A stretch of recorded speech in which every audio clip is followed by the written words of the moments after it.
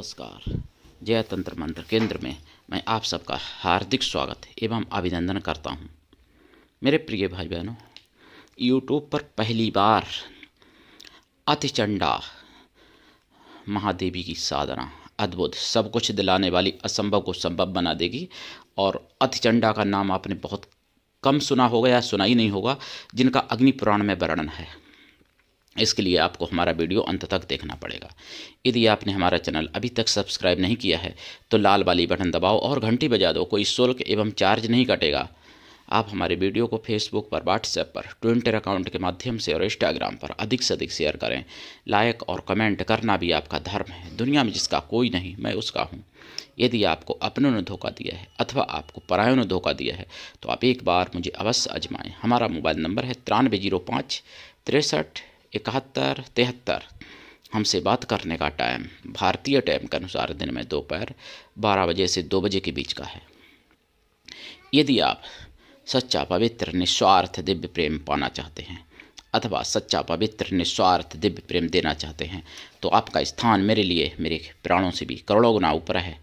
मैं राष्ट्रीय अध्यक्ष कृष्णा दल एवं महामंडलेश्वर आप सबसे निवेदन करता हूं, यदि आप मानवतावादी हैं अथवा आप सनातनी हैं तो मुझसे जरूर जुड़ें।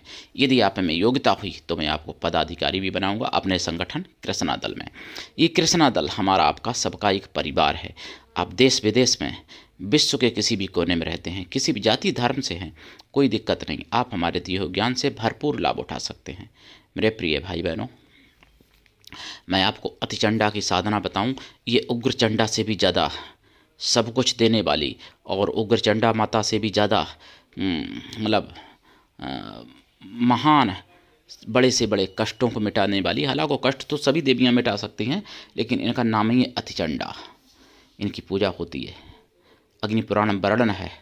उत्तरी वाले में वर्णन पूरा था और दक्षिणी और पश्चिमी में भी था। पूर्वी वाले में कम मिलता है। जो पूर्वी अग्नि पुराण ही इस समय हर जगह पाया जाता है अपने भारत में, और विदेशों में तो अब जो है वो तो बाद की बात। तो लेकिन उससे पहले मैं कुछ ज़रूरी बातें बताना चाहता हूँ। जैसे बांग्लादेश में आपको सबको पता है कि दीपू दास को झूठा आरोप लगा के मार डाला, और अब सबूत भी मिल चुके हैं कि दीपू दास ने फेसबुक पर कोई ऐसी पोस्ट डाली ही नहीं थी। ये बांग्लादेश की पुलिस खुद बता रही है कि ऐसा कोई सबूत नहीं है। जो कि और फिर भी उनसे ये कहा गया कि ये पोस्ट इन्होंने लिखी फेसबुक पर और फैक्ट्री में से खींच के लाई ये सुरों की भीड़, और उसके बाद में इनको मारा पीटा लातों से, घूंटों से, डंडों से मतलब, और फिर गले में फंदा लगा के और पेड़ पर टांग दिया और आग लगा दी, मतलब जला दिया जिंदा दीपू दास को। उसके बाद मैंने बताया था कि एक और रिक्शा वाले को, बेचारे को मारा भारतीय रो का एजेंट लगा के, मतलब एजेंट का वो लगा के नाम, भारतीय रो के एजेंट का नाम लगा के मारा उसको बेचारे को, केवल कलावा देख के। मैंने बताया था। उसके बाद में मैंने सुना है 24 दिसंबर 2025 में कि चटगांव में मुसलमानों ने रात में हिंदुओं की बस्तियों में आग लगा दी, और आग लगाने के बाद उनके बाहर से खिड़की दरवाजे सब लॉक कर दिए हिंदुओं के, और चटगांव में सोते समय आग लगा दी। इनकी आप क्रूरता की हदें देखो। और फिर भी अगर मैं कुछ बोलता हूँ तो मेरी बात है, स्पीच है, तो क्या झूठ है जो मैं बोल रहा हूँ? बताएं यूट्यूब के अधिकारी महोदय मुझे। और ऑस्ट्रेलिया में हुआ जो योधियों पर गोली चलाई, पाकिस्तान के बाप बेटे मुस्लिम थे, जिसमें 15 हिंदू मारे गए, मतलब यूदी मारे गए। यूदी हिंदू जैसे होते हैं। तो ये क्या झूठ है? बताइए मेरी बात को। या बांग्लादेश में जो हो रहा है वो क्या झूठ है? उसके बाद में अब सम्राट, एक व्यक्ति सम्राट थे, उनको नाम लगाया झूठा कि वो गलत वसूली कर रहे हैं पैसे की मुसलमानों से, और इसका वसूली का नाम लगा के उनको मार डाला। यानी सम्राट को, उनके और साथी बच गए लेकिन सम्राट को मार डाला। वहाँ पे हिंदू मतलब हिंदू नाम से ही उनको नफरत है।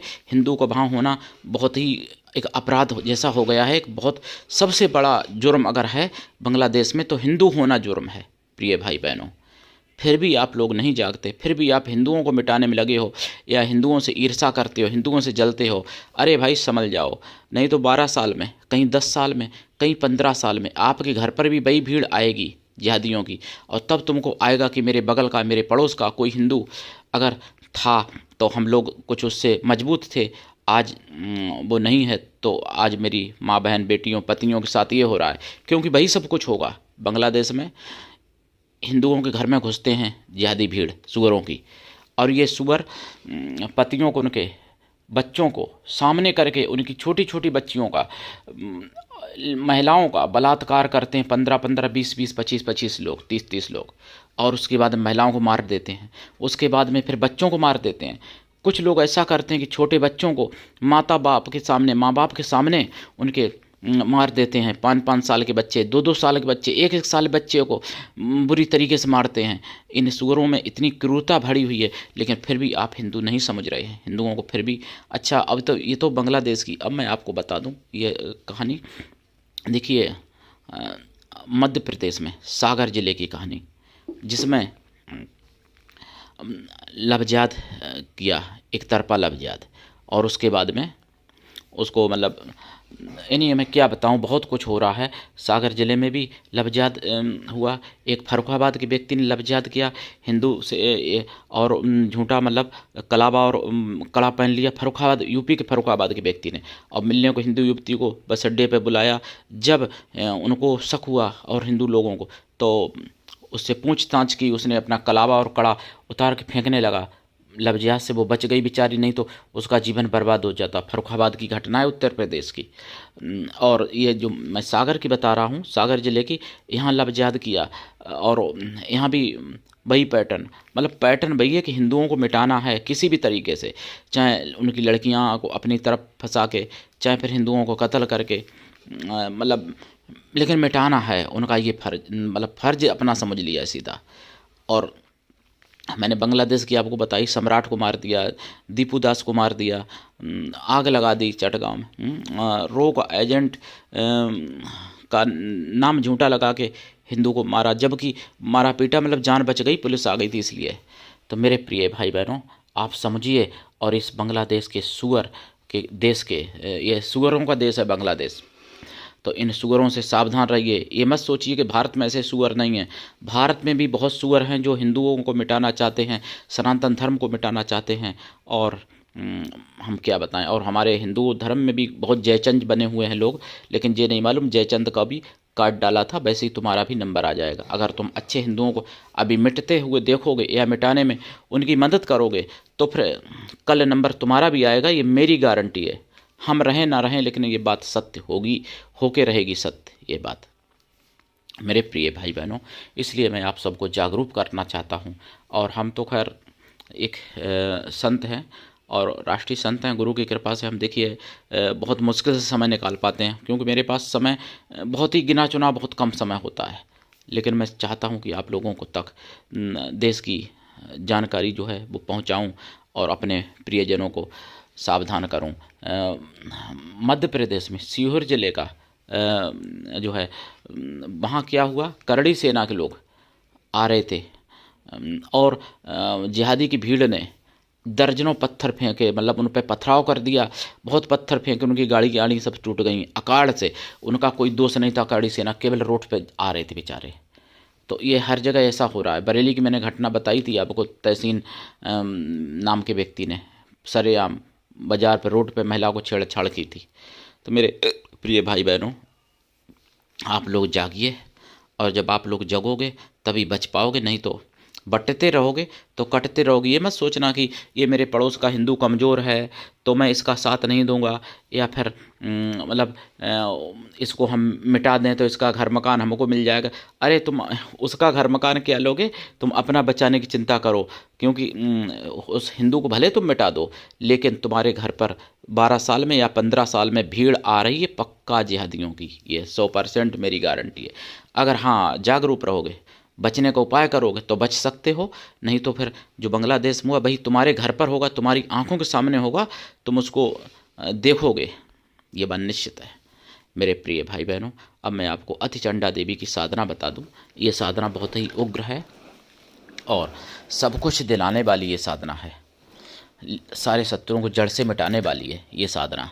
और ऐसी साधनाएं आपको जीवन में करनी ही चाहिए। साधना करने से पहले लाइफ टाइम के लिए शुद्ध शाकाहारी हो जाए। साधना काल में ब्रह्मचर्य व्रत, एक टाइम भोजन, भूमि शयन परम आवश्यक है साधना काल में। और साधना में आप प्रसाद रखेंगे खोया की मिठाई का, और इसमें आप अष्टमेवा का प्रसाद रखेंगे साधना में, और एक लोटा जल रखेंगे। जल साधना के बाद पीपल वृक्ष पर या नीम वृक्ष पर या बेल वृक्ष पर चढ़ा दें। सुबह साधना रात्रि काली करना है। प्रसाद साधना के बाद खुद खाएं, परिवार में बांटें। ऐसी साधनाएं गुरु की कृपा से ही संभव होती हैं सिद्ध, क्योंकि गुरु की कृपा जब छप्पर फाड़ होती है। नहीं तो ऐसी साधनाएं हर किसी को सफल नहीं होती हैं, और कोई करता भी नहीं, और ऐसे कर भी नहीं लेना चाहिए, क्योंकि इसमें शरीर बंधन, दिशा बंधन, आसन बंधन सब कुछ आपको सिद्ध होना चाहिए। और गुरु ऐसा हो जिससे कुछ भी ना ले, शिष्य भी ऐसा हो गुरु को सब कुछ दे, गुरु पर पूर्ण विश्वास करे, गुरु के लिए समर्पित रहे। गुरु ऐसा हो जिससे अपने मन की सारी बात कह सको, अपना सुख दुख भला बुरा पाप पुण्य सब कुछ बता सको, ऐसा गुरु होना चाहिए। और मैं आपको विधि बता रहा हूँ, लेकिन उससे पहले एक और निवेदन है कि ये आप सबका चैनल, अकेले हमारा नहीं है, इसलिए इसको अपना चैनल समझ के आगे बढ़ाइए, जागते रहिए और दूसरों को जगाइए। सनातन धर्म की आवाज़ है, इसलिए जन जन तक पहुँचाइए मेरे प्रिय भाई बहनों। ये साधना आप जो करेंगे, ये साधना रात्रिकालीन है। इसमें दिशा आपकी दक्षिण या पूरब, और उत्तर भी कर सकते हो, दक्षिण या पूरब या उत्तर। वैसे उग्र साधना दक्षिणी में करना चाहिए जहाँ तक है। आसन में लाल है और पीला है या काला है आसन ये साधना में, और इसमें माला रुद्राक्ष की है, लाल चंदन है या फिर लाल हकीक है, और काला हकीक भी चल सकता है। जाप करें, जाप 1.25 लाख करें, कृपा प्राप्त होगी और आपके मनोकामनाएं पूर्ण होने लगेंगी। लेकिन अगर वचन चाहते हो, प्रत्यक्षीकरण चाहते हो माता का, तो देखो ऐसी साधनाएं जीवन पर्यंत करनी पड़ती हैं। प्रत्यक्षीकरण किसी को 10 साल में होता है, किसी को 1 ही साल में हो जाता है, किसी को 2 साल में होता है, तो किसी को 50 साल में होता है। वो अपने ऊर्जा के ऊपर, अपने पाप पुण्य के ऊपर निर्भर करता है। लेकिन ये सफल जरूर होती, 100% सफल होती। जो मुगलिया शासन में इसकी पद्धति नष्ट कर दी गई थी। जाप करें, जाप का 10 हवन करें, हवन का 10 तर्पण करें, और तर्पण का 10 मार्जन कर दें। मार्जन का 10 पवित्र ब्राह्मण पतिव्रता स्वासिनी स्त्रियों को भोजन करा दें, अथवा पवित्र ब्राह्मण कन्याओं को भोजन करा दें। कन्या या स्त्रियां किसी भी जाति वर्ग की हो सकती हैं भोजन कराने के लिए, लेकिन वो मन से तन से पवित्र हों एवं शुद्ध शाकाहारी हों। अगर ऐसा संभव ना हो तो उतनी गौ माताओं को भोजन करा दें। इसमें दीपक जलेगा आपका, या तो घी का जलाएं, लेकिन एक ही घी का जलाएं। देखिए, अगर भैंस घी का जला रहे तो भैंस का ही पूरा जलाएं जब तक साधना चले। अगर गाय के घी का दीपक जला रहे तो गाय का ही जलाएं, और अगर सरसों का तेल का दीपक जला रहे हो तो सरसों के तेल का ही दीपक जलाएं जब तक साधना चले। इसमें आप प्रसाद में गुड़ भी रख सकते हो, एक मान लो आधे लड्डू या चौथे लड्डू के बराबर, और उसको स्वयं खा लेना चाहिए। ठीक है, ये साधना में आपको बहुत ही कठोरता के साथ, शुद्धता के साथ करनी चाहिए, और इसमें और भी इस सभी प्रकार के नियम का वर्णन जो है शास्त्रों में, वो सब पालन करना चाहिए। ये ऐसी साधना है। लेकिन अगर आपने ये साधना कर ली तो आप 100% सिद्ध, सफल, एक पूर्ण कामयाब व्यक्ति तो बन ही जाएंगे, लेकिन अपने प्रियजनों को भी सफल पूर्ण कामयाब बना लेंगे। ऐसी ये साधना है। इससे आप हजारों लाखों करोड़ों का भला भी कर सकते हैं, और शत्रुओं देश को समाप्त भी कर सकते हैं। बांग्लादेश जैसे सुअर देशों को समाप्त भी कर सकते हैं। मेरे प्रिय भाई बहनों, करिए साधना, उठाइए लाभ। और आज के लिए इतना ही। धन्यवाद। जय श्री राम, जय अतिचंडा माता की, हर हर महादेव, वंदे मातरम, जय सनातन, जय हिंदू राष्ट्र।